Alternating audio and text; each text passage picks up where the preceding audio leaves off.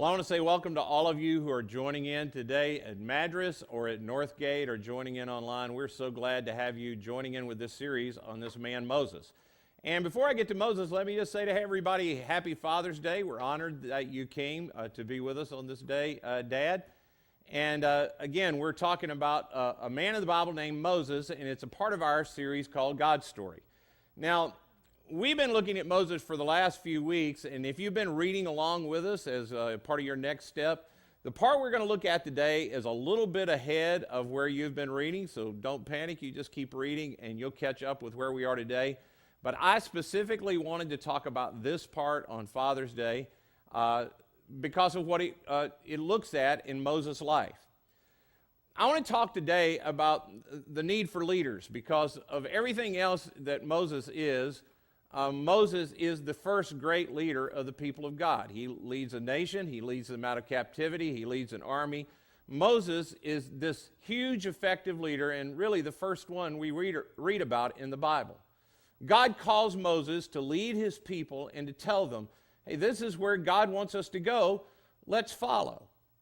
And I just want to say, dads, I don't know if you realize how important it is and how much the people who look up to you need for someone to say to them, hey, this is God's way. This is the way we're going to follow.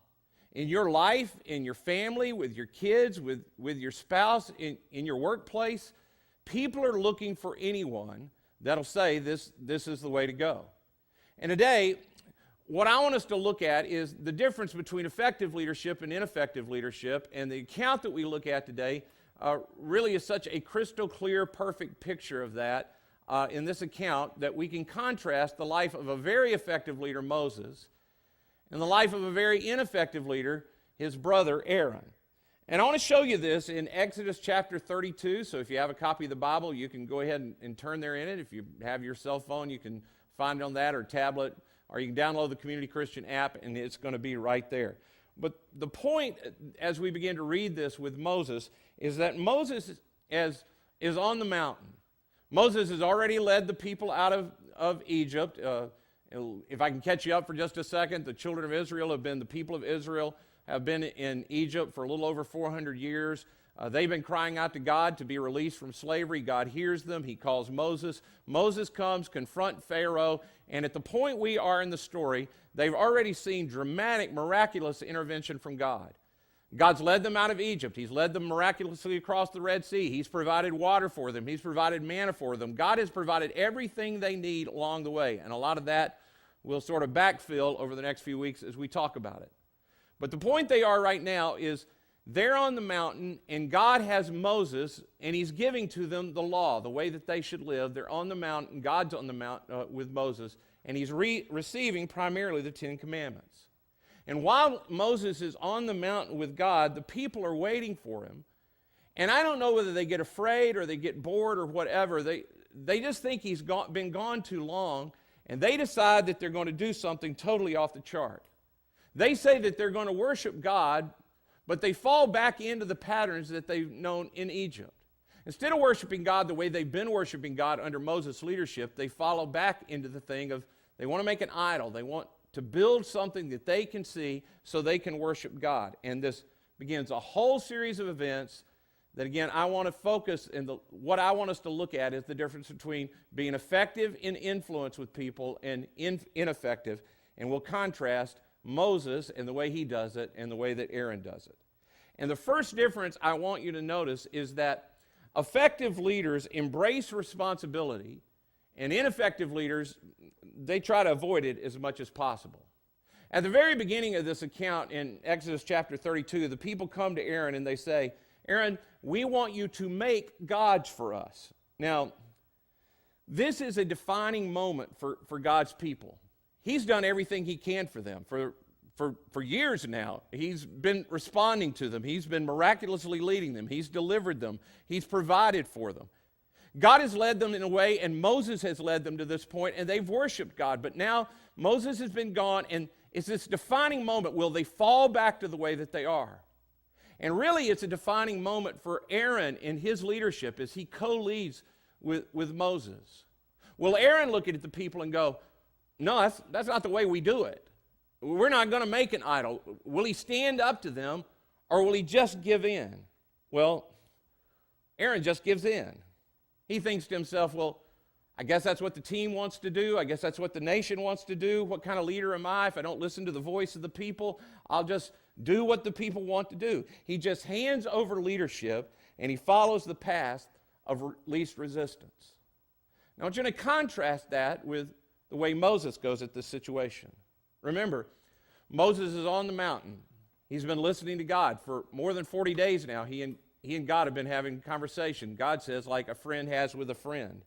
He isn't even a part of this process at this point, but in the middle of the conversation, God breaks in and it says, the Lord said to Moses, hey, you need to go down.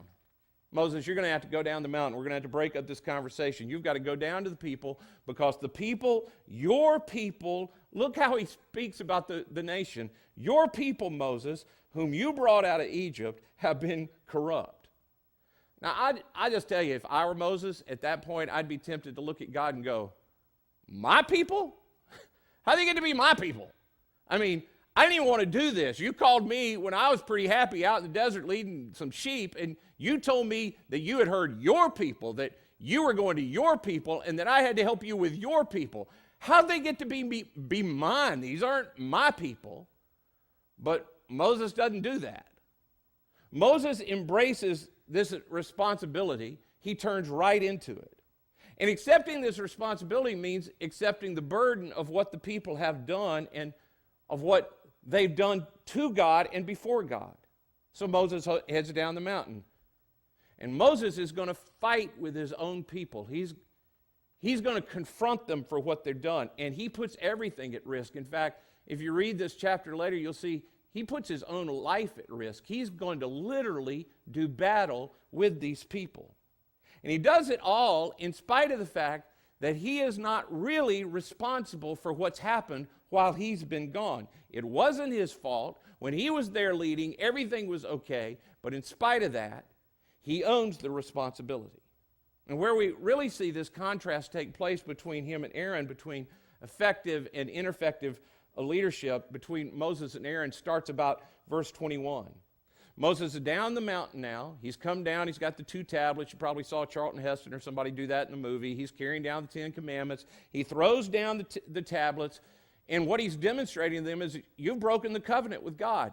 This was the visible demonstration of the covenant, these tablets with the 10 Commandments. He throws them down. He says, you've destroyed the covenant with God. And now he confronts the people, but after he's confronted them, he's going to confront his brother Aaron. He goes to Aaron and he's going to, Aaron, what happened? What did you allow to go on while I was gone? And now's Aaron's chance. Will Aaron own up to it? Will he say, well, Moses, I'm sorry, I let it slip. Will he take his share of the responsibility? But Aaron says, don't be angry, my Lord, Aaron answered. Moses, better watch your temper. You know how you lose it. Don't lose it, Moses. Come on, hold on to your temper. And do you notice what he calls Moses? Real quick here. How many of you had siblings when you were growing up? Okay? Second question. How many of you ever gotten into an argument with any of your siblings? Yeah, I had siblings. I did that. How many of you in the middle of being in an argument with your siblings ever called them my Lord? My wife Becky and I have been married 34 years, and more than once we've had an occasional argument or two, and not once has she ever called me my Lord. It just doesn't happen. Aaron is just totally backpedaling. He's doing everything he can to not want the people to be mad at him. He gave in to them. He doesn't want Moses to be mad at him. Don't be angry with me, my Lord, Aaron answers. You know how prone these people are to evil. And then notice what he says happened while Moses was gone. They said to me, make gods for us who will go before us. As for this fellow Moses who brought us out of Egypt, we don't know what happened to him. So I told them, whoever has gold jewelry, take it off. Then they gave me the gold. I threw it into the fire, and out came this calf. Yeah, that's what happened, Moses. Hey, Moses, I'm as shocked as you are. I wanted to confront them. I knew that they shouldn't follow these foreign gods and make any idols. So I said to them, hey, give me all your gold. And my plan was I was going to burn it up, Moses. I threw it into the fire to get rid of it. And before I knew it, this calf jumped out of the fire. Yeah, that's what happened. I mean, you talk about avoiding responsibility. Aaron has it down pat. He backpedals so fast. But what about you and me? In your life, do you look to evade responsibility? Do I look to run away from it? Do I embrace responsibility or do I evade it?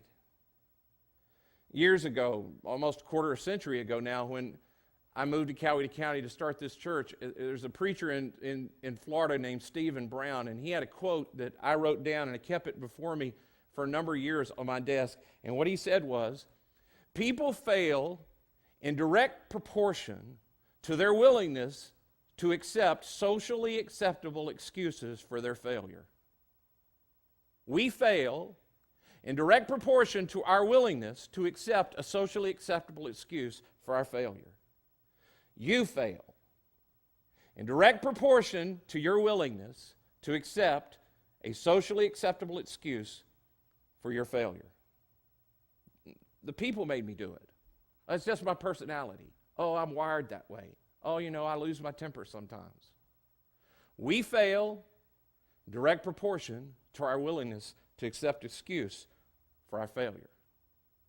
It makes such a huge difference when somebody is willing to accept personal responsibility and own it. So here's the question on this one. Where's an area in your life where God has been trying to get you to accept responsibility? Middle and high schoolers who are joining in, I mean, where's a place in your life where you keep not liking what happens, you keep blowing it, but you keep blaming somebody for it? You blame the school, you blame your teachers, you blame your parents, you blame your siblings, you blame somebody. Will you accept responsibility for your life? Parents, dads, you have a child that they don't handle anger very well, and you constantly say, oh, they get that from your side of the family. Or will you accept responsibility that it's my job to lead, it's my job to help, I will work and I will serve and I will plead and I will discipline until I help my child learn to handle anger appropriately. It's shocking to me how often parents just give up responsibility. Oh, that kid's just bent to do that way. That's just the way they're made. Almost like Aaron saying, the people are just prone to do evil. Will you own your responsibility to influence? It makes such a huge responsibility when somebody says, I will take responsibility to do what needs to be done. Effective leaders, they embrace responsibility. Ineffective leaders, they evade it at all cost. Number two, effective leaders constantly hold up core values. Ineffective leaders, they just let them slide. Look at this situation. The whole thing starts, the whole book of Exodus, and Exodus, the title of the book literally means it's when they leave Egypt. The whole book begins, the whole story starts because Israel for 400 years has been saying to God, God, we want to fulfill your promise. We're tired of being in slavery. God, come deliver us. Come break us out of slavery. And then they say to Pharaoh, we just want to go worship our God. The whole thing has been about reestablishing this relationship with God so they can worship him. And God leads and God delivers and God does everything that he promises. But in verse 1 we see that when Moses is gone for longer than they thought that he should be gone, they quickly lose focus on worshiping God. Whether they're bored or they're scared or their commitment just goes away, I don't know. But here's the key point. Values just slide south over time. Values over time without some reinforcement, they never get stronger. I mean, it's true in every society. It's true in every organization. It's true in every family. It's true in every marriage. It's true with every person. Values over time that are not reinforced, they just head south. God has called us to reinforce values in our life. And Moses does this with the people in a dramatic way. Moses comes down the mountain when God tells him to come down the mountain. He holds the tablets in his hand and he throws them down. He smashes them again to create this picture for the people that they've broken the promise that God made with them and they made to God. Then he grinds up the golden calf that they make. I mean, think about this. He takes the golden calf, he grinds it up into dust, he pours it into water, and he makes them drink it. Okay, that's a little over the top. I admit, it seems extreme. But when you're called to influence the lives of other people, calling people to decisive action is a part of what that means. It's a critical part of holding up any value. Calling people to action toward the value is what's involved. In Exodus 32:25 it says, Moses saw that the people were running wild and that Aaron had let them get out of control, so they became a laughingstock to their enemies. So he stands at the entrance of the camp and he said, whoever is for the Lord, come to me. And then it says the Levites gather around him. And Moses literally leads them in an armed battle against people who don't want to hold this value of we only worship God.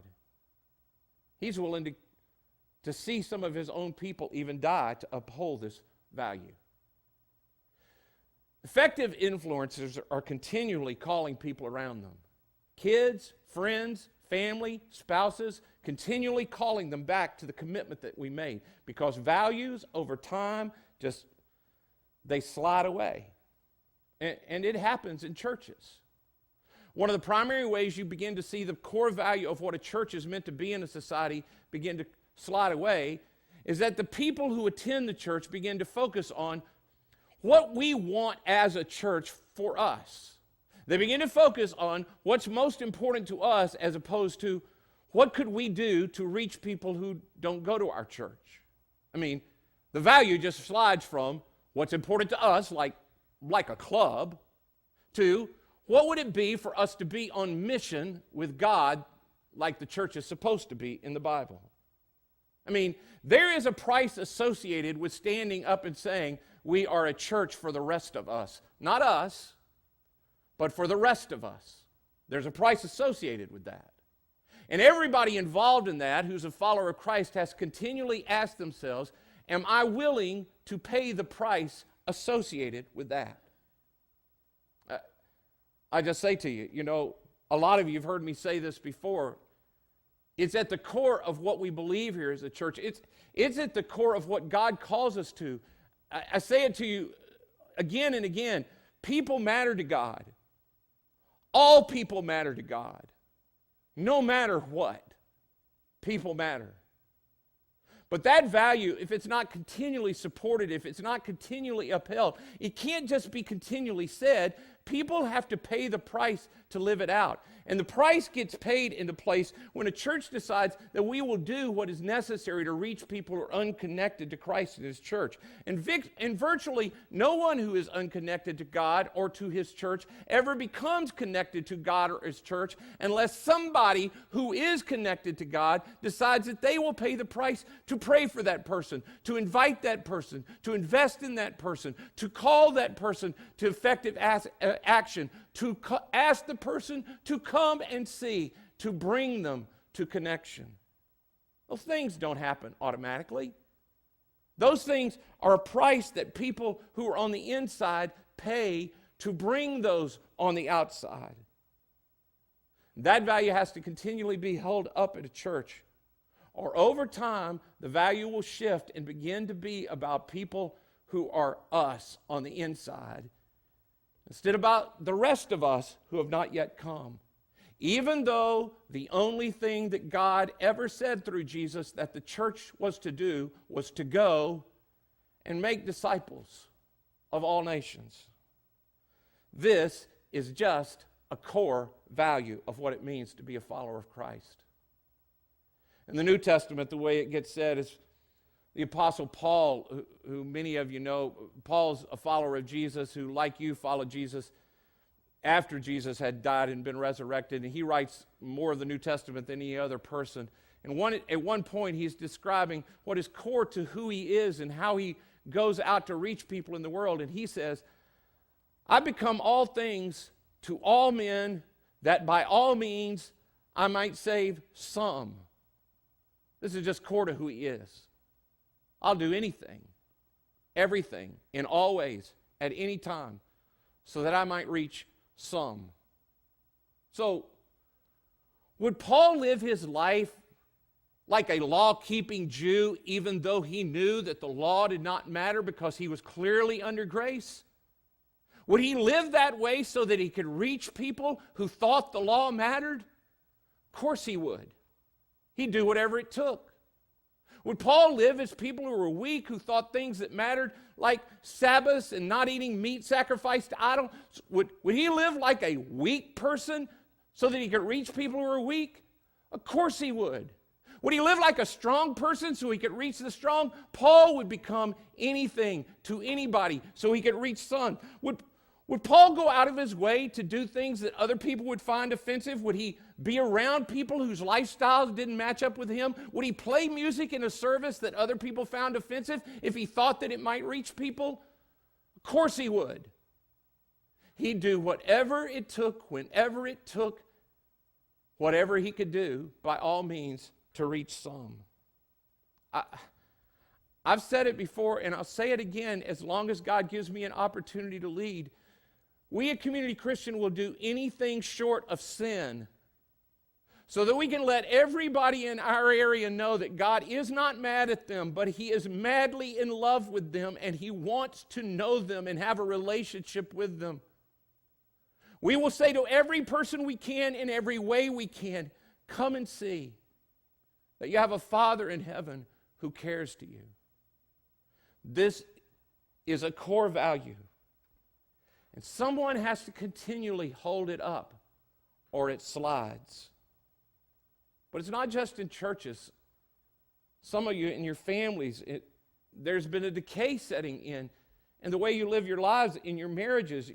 You're not committed to the same things you were when you set out. You're not committed the way you were when you prayed for a spouse and you prayed together that you would live a life that was honoring to God. You're not the same you were when you prayed that God would give you a child and that you would lead the child to know God. But now, God is no longer the center of your family. The child's the center of the family, or the family's the center of the family, or you're the center of the family, or your work is the center of the family.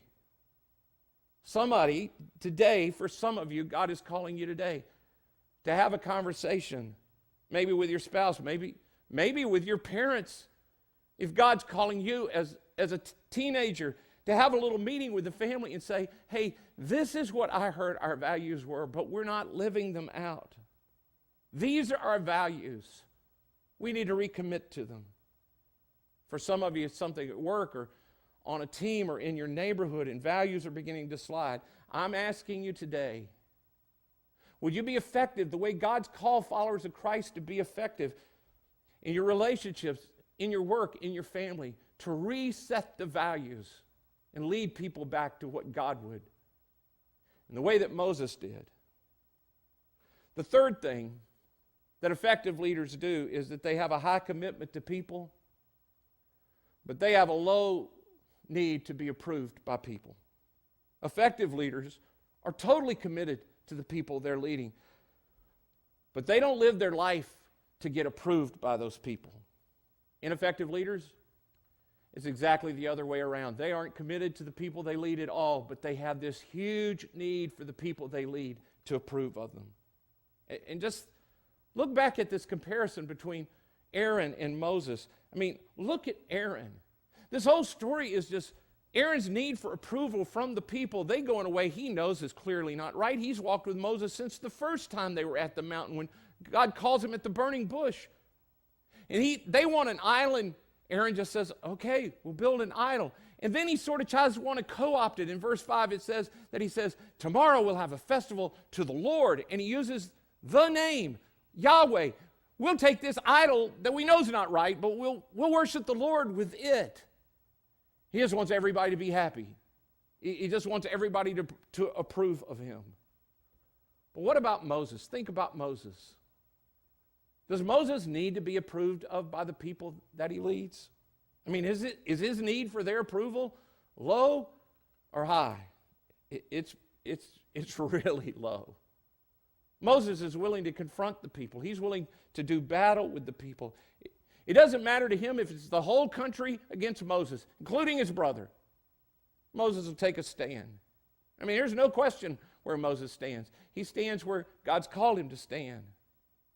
And this is really a part of the paradox of leading people, of influencing people, including your kids, including your friends. It's why time alone with God is so vital to the follower of Christ. I mean, think about Jesus. In Jesus' life, who is it that Jesus does not disappoint in the time of his ministry at one time or another? He disappoints the religious leaders because he doesn't really look like the Messiah that he thought he would be, and he doesn't keep the Sabbath the way he thought. He disappoints those that are zealots that want to follow him because they think he's going to overthrow the Roman government by force, but he doesn't do that. He disappoints his own followers because he doesn't bring the kingdom in power right then so they can sit on his right and left. He disappoints his family who don't even believe in him. There's no one around Jesus that Jesus doesn't disappoint at one time or another. But Jesus, like Moses, regularly withdraws from the people to be alone with God. And in those times alone, he comes to realize living for approval for the people that are around me, it's death to ultimately what matters to me. It's the death of me and what's important. And it's interesting because Aaron's just so sensitive to what the people want. I mean, it almost appears like Aaron's the one that really cares about the people. Probably when Aaron says to the people, yeah, okay, we'll make a golden calf and we'll be able to worship the God through it. And then when Moses picks up a sword and says, no, we're not going to do it, who do you think the people held in high regard? It had to be Aaron. Who do you think they thought really loved them? It had to be Aaron. Moses is willing to kill them. But Aaron isn't committed to the people at all. I mean, look at Exodus 32:21. Moses says to Aaron, what did these people do to you that you commit this great sin? And Aaron says, don't let the anger of the Lord burn hot. And then remember what he says about the people? He says, you know these people, Moses. They're all evil. Aaron is willing to throw the people he leads under the bus for the sake of getting responsibility off his back. Now contrast that with Moses. Moses is perfectly willing to be condemned by the people, but he is totally committed to what's best for the people. Moses is willing to stand up to God for the sake of the whole nation. In Exodus 32:10, when he sends Moses down, look at the thing that God says to Moses. He says, I've seen these people, Moses, and they're stiff-necked, they're stubborn. And then listen to the offer he makes to Moses. Now leave me alone, Moses, so that my anger may burn hot against them, and I'll destroy them, and then I'll make you into a great nation. Now, put yourself in Moses' place for a second. Isn't there some appeal in that offer? I mean, I didn't want to lead these people anyway. You called me out of a perfectly stable life. I'm 80 years old. Why would I want to do this? Sure, go ahead and destroy them, and then start over with my kids. We'll get it right this time. Isn't there some appeal to just being left alone again? But Moses won't have it. Moses is totally committed to what's good for the people. Moses stands up to God for the people. He says, oh Lord, don't do that. Oh God, remember. And then in the verses afterwards he says, Egypt's watching. The people around us are watching. The people that you want to know you, God, they're going to learn about how you treat people by how you treat these people. God, you can't do this. In a verse, the next verse after that one that's on the screen, Moses says to him, remember Abraham, remember Isaac, remember Jacob, remember your promise to them. God, you cannot do what you want to do for the people. And I'll tell you how far Moses will go for these people.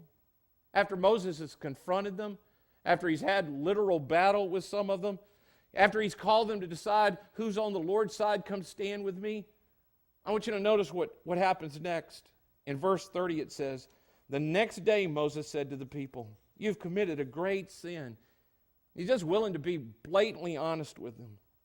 So Moses went back to he says to them, "But now I will go to the Lord. Perhaps I can make atonement for your sin."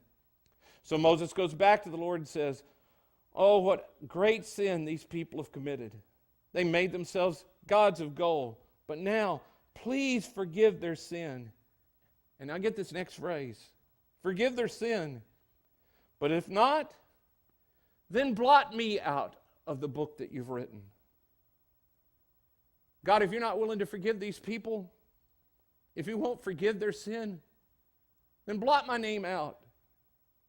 God, I'm willing to go all the way. I'm committed to the people you called me to lead. And if you can't forgive them, then you're going to have to be done with me too.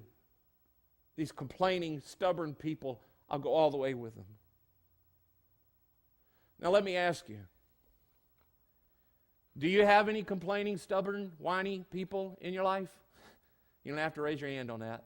Don't point at anybody. How far are you willing to go for them? What are you willing to do for them? See, this is a part of the amazing paradox of influencing people. And I'm not talking about some formal kind of leadership where you've been elected. I'm talking about the kind of influence God's called all of us to have. God's put us all with people in our neighborhood, in our friendships, at work, in our family, that we've been called to influence. I mean, think right now about the people that are around you. Are you free from their need of approval, so much so that you could speak the truth to them in love? You could call them to truth? Think about the people that are around you now that you occasionally back off on the truth because you just want them to like you. Have you fully committed to their well-being? If you think about Aaron at one end of the continuum where he's just willing to keep people happy at any cost, and you think about Moses at the other end where he himself is willing to be done with his relationship with God if God will forgive the people. Where do you sit on that continuum?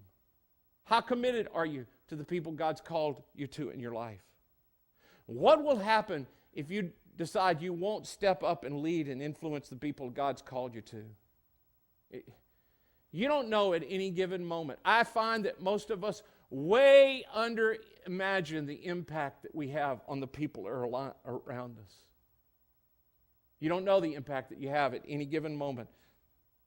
Even though it may involve some conflict, even though it may involve a tough conversation, that when you decide to speak the truth to someone in love, you cannot imagine the impact that you could possibly have. Now, as you think about that, or whether you're willing to take the responsibility that God gives us or not, to lead the people in your life or not, the impact in the lives of your children, in your spouse, in your marriage, in your world, in our culture, we cannot imagine the impact that God would have through us if we would do what Moses has done, and we say to people around us, hey, this is the way God wants us to go. Let's follow. Maybe that's the action step that God's calling you to take today on this Father's Day. And we said early in the service that we'd get back to these connection cards. Maybe if you just go ahead and pull it out right now, it's probably on the seat nearby, or maybe you do like I do every week and you set on it already. If you go ahead and get it and get a pen and begin to put your name on it, on the back of it, we really don't believe anybody comes by accident on a Sunday.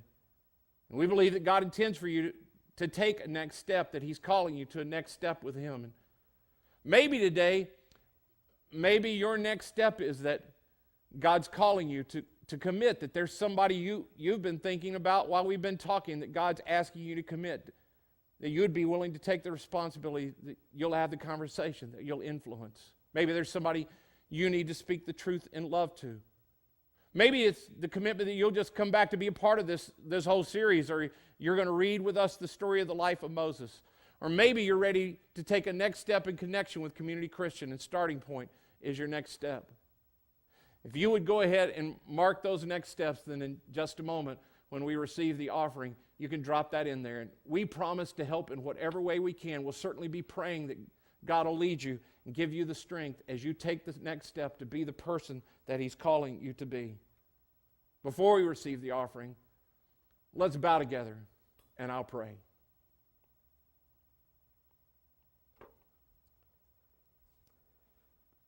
God, we live in a land that in so many ways has turned its back on you, and we do too. In little ways and big ways. And we need so much the help of people around us to call us who are willing to allow their lives to impact us for good. And we're thankful for the people that you put in our lives to impact us, particularly those of us who follow you, the people that led us to know you. God, would you help us to be those kind of leaders, effective leaders who call people to action, who stand for the values that you've called, and will lead people and say, this is God's way. Let's follow it. God, thank you for loving us and for allowing us to join into this today. In Jesus' name I pray. Amen. Now, we're going to receive the offering, and while we're doing that, if you're visiting with us, I just want to say that, the offering time is really for people who consider Community Christian Church home. You shouldn't feel obligated to put anything other than this connection card in the offering today. The offering is a time for those of us who consider this a church home to worship. While we're receiving the offering, we're going to watch this video that's specially designed today for Father's Day. Happy Father's Day to all you dads. A few days ago, I was leaving a restaurant with my youngest daughter, and I was holding her hand, and I was texting with this hand. Yeah, I'm that guy. A woman walked by and she gave me a dirty look like, you should pay more attention to your kid. Okay, guilty. But I have something to say to that woman. This is why I'm able to spend time with my kids when I should be at work. It was noon on a Thursday, okay? I had a crazy amount of work to do, but my kid graduated from preschool that day, and I wanted to take her to lunch. And it was a great lunch. We sat at the same side of the table the way she likes. We shared a chicken cutlet. I ate some of her chicken cutlet. We looked at her drawings. She told me many stories about the chinchilla in the classroom. And so now I'm texting and you walk by, bad father. What do you know?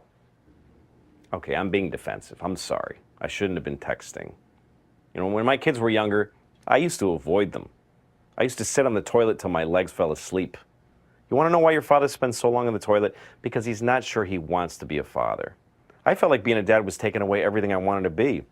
And I was right. But so what? What's so great about our lives? What is an adult without kids? What's the point? So I got off the toilet. I flushed down my personal dreams. And I decided I'm going to be a dad. I'm not going to be mom's assistant. That's depressing. Don't do that if you're a dad. Just wait for her to write you a list. Walk around the store staring at it and call her from the cereal aisle to make sure you got the right thing. Be a man. Make your own list. Do we need any avocados? Fathers have skills that they never use at home. You run a landscaping business and you can't dress and feed a 4-year-old? Take it on. Break them up. Spend time with your kids and have your own ideas about what they need. Give into it. It won't take away your manhood. It'll give it to you.